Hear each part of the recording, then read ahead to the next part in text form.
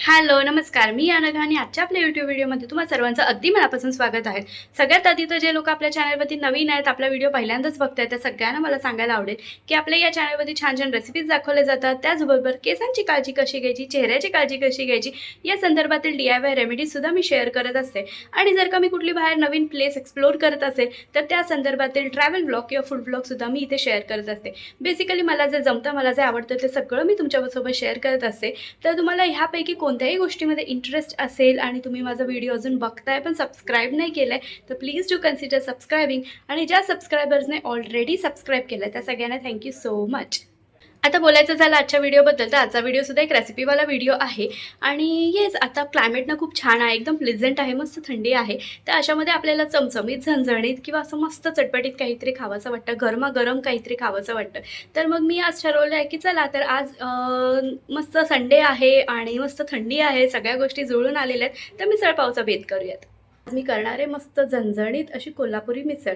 आणि हो, मला माहिती आहे की तुमच्यापैकी बऱ्याच लोकांना किंवा सगळ्याच लोकांना मिसळपाव कसा करतात हे माहीत असेलच. पण तरीही मी या व्हिडिओमध्ये स्टेप बाय स्टेप प्रोसेस दाखवणार आहे, अगदी सोप्या पद्धतीने मिसळपाव कसा करायचा. वेळ न घालवता चला जाऊयात आपल्या किचनमध्ये आणि बनवूयात मिसळपाव.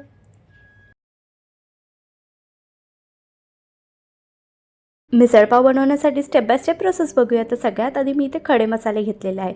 सगळ्यात आधी तर इकडे ना मी दालचिनी घेतलेली आहे, त्याच्यानंतर लवंग घेतलेलं आहे, काळी मिरी घेतलेली आहे आणि मसाला वेलची माझ्याकडे आहे सो ते सुद्धा घेतलेली आहे आणि हिरवे वेलदोडे घेतलेले आहेत. 1 चमचा मी इथे खसखस घेतलेले आहे आणि 2 चमचे धने घेतलेले आहेत. तर सगळ्यात आधी ना आपल्याला हे व्यवस्थित असं भाजून घ्यायचं आहे. तर इकडे मी जो तवा आहे ना तो गॅसवरती तापत ठेवलेला आहे आणि या सगळ्या गोष्टी आपल्याला मंद आचेवरती ना भाजून घ्यायच्यात.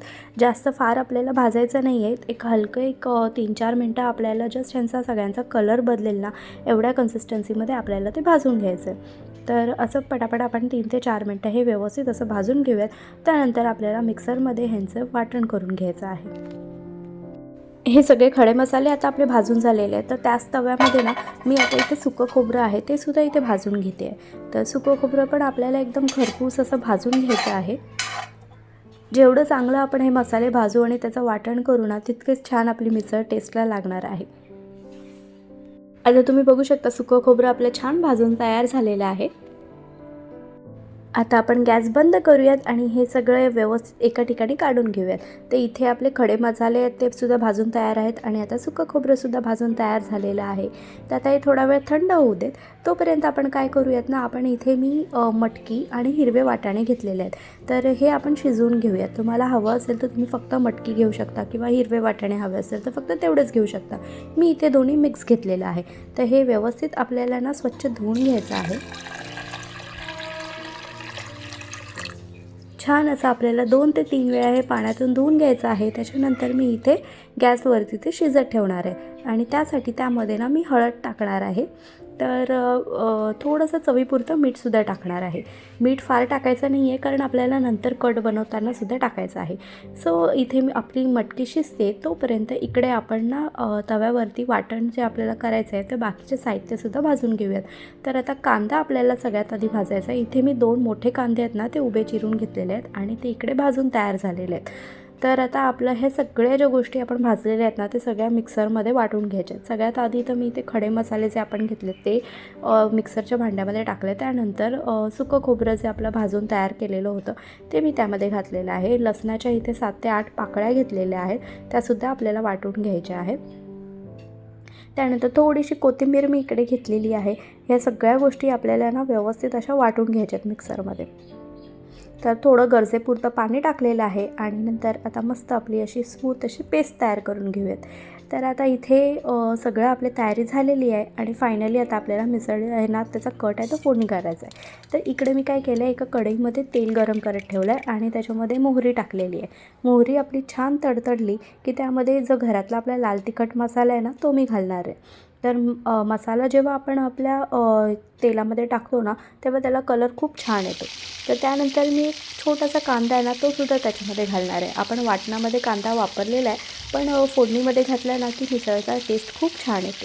तर त्यामुळे मी फोडणी करतानासुद्धा त्याच्यामध्ये एक बारीक असा कांदा घातलेला आहे. त्यानंतर आपण जे वाटण तयार करून घेतलेलं आहे ना ते ह्याच्यामध्ये आपण घालणार आहोत.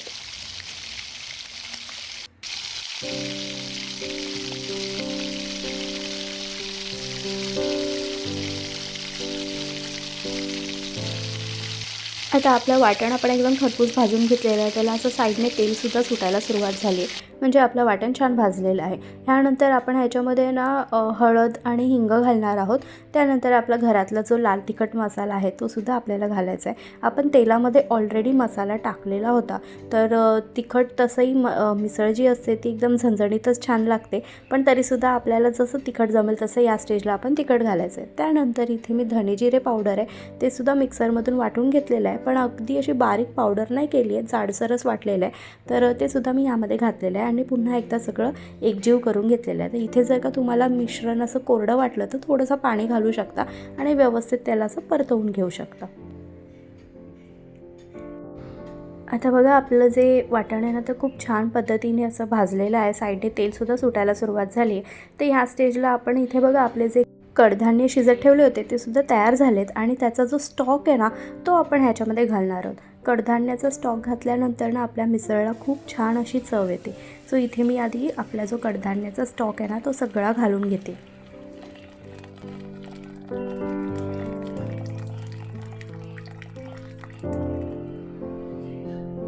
तर आपल्या कडधान्याचा बघा सगळा स्टॉक मी घातलेला आहे. त्यानंतर मिसळ आहे ना आपल्याला पातळ हवी, इथे जरा घट्ट वाटते, तर आपल्याला गरजेपुरतं त्यामध्ये पाणीसुद्धा घालायचं आहे, कारण मिसळ ही पातळच असते. तर व्यवस्थित असं पाणी घातलेलं आहे मी त्यामध्ये. तर आता आपल्याला ह्याला छान उकळी येऊन द्यायची आहे, पण त्याआधी आपल्याला त्याच्यामध्ये चवीपुरतं मीठ घालायचं आहे. कडधान्य शिजवताना आपण त्यामध्ये मीठ घातलं होतं, तर त्या हिशोबानेच किंवा त्या अंदाजानेच आपल्याला या कटमध्ये सुद्धा मीठ टाकायचं आहे. तर मीठ घातल्यानंतर आता आपल्याला याला छान उकळी येऊन द्यायची आहे. बघा कशी मस्त अशी उकळी आलेली आहे आणि कन्सिस्टन्सीसुद्धा एकदम परफेक्ट आहे. मिसळ ही अशीच ह्या पद्धतीने पातळ असते आणि साईडने तुम्ही बघू शकता मस्त असा कटसुद्धा आलेला आहे. तर आता आपली सगळी तयारी झालेली आहे आणि आता आपण आपली मिसळ सर्व करायला घेऊया. तर मिसळ जेव्हा सर्व करतो ना त्याचीसुद्धा एक छान पद्धत असते. सगळ्यात आधी मी जे कडधान्य आहे ते खाली घातले, त्यानंतर आपले घरातले जे पोहे असतात ते मी थोडेसे 2 चमचे त्याच्यामध्ये घातलेले आहेत. त्यानंतर कट टाकलेला आहे आणि वरून फरसाण टाकलेलं आहे. ह्यामध्ये पोहे टाकणं हे खरं तर ऐच्छिक आहे, पण मला बेसिकली आवडतं म्हणून मी घातले आहेत. आणि कट आहे ना तो असा वरून असा मस्त सर्व करायचा, मग ह्याला छान टेस्ट येते. त्यानंतर सोबतच पाव आहेत आणि ते फरसाण आहे, कांदा लिंबू आहे, त्याशिवाय मिसळला मजा नाही. तर अशा पद्धतीने आपली मिसळ थालीसुद्धा तयार झालेली आहे. घरच्या घरी स्वस्तात मस्त अशी आपली मिसळ थाळी तयार झालेली आहे. तर ही रेसिपी तुम्हाला कशी वाटली ते मला कमेंट सेक्शनमध्ये सांगायला विसरू नका. व्हिडिओ आवडला असेल तर चॅनलला लाईक, शेअर, सबस्क्राईब करा आणि सोबतच बेल आयकॉन आहे त्याला प्रेस करा, म्हणजेच कोणत्या वेळेला मी व्हिडिओ अपलोड करते ते तुम्हाला कळेल आणि व्हिडिओ मिस होणार नाहीत. भेटूयात पुढच्या व्हिडिओमध्ये. तोपर्यंत बाय बाय, टेक केअर.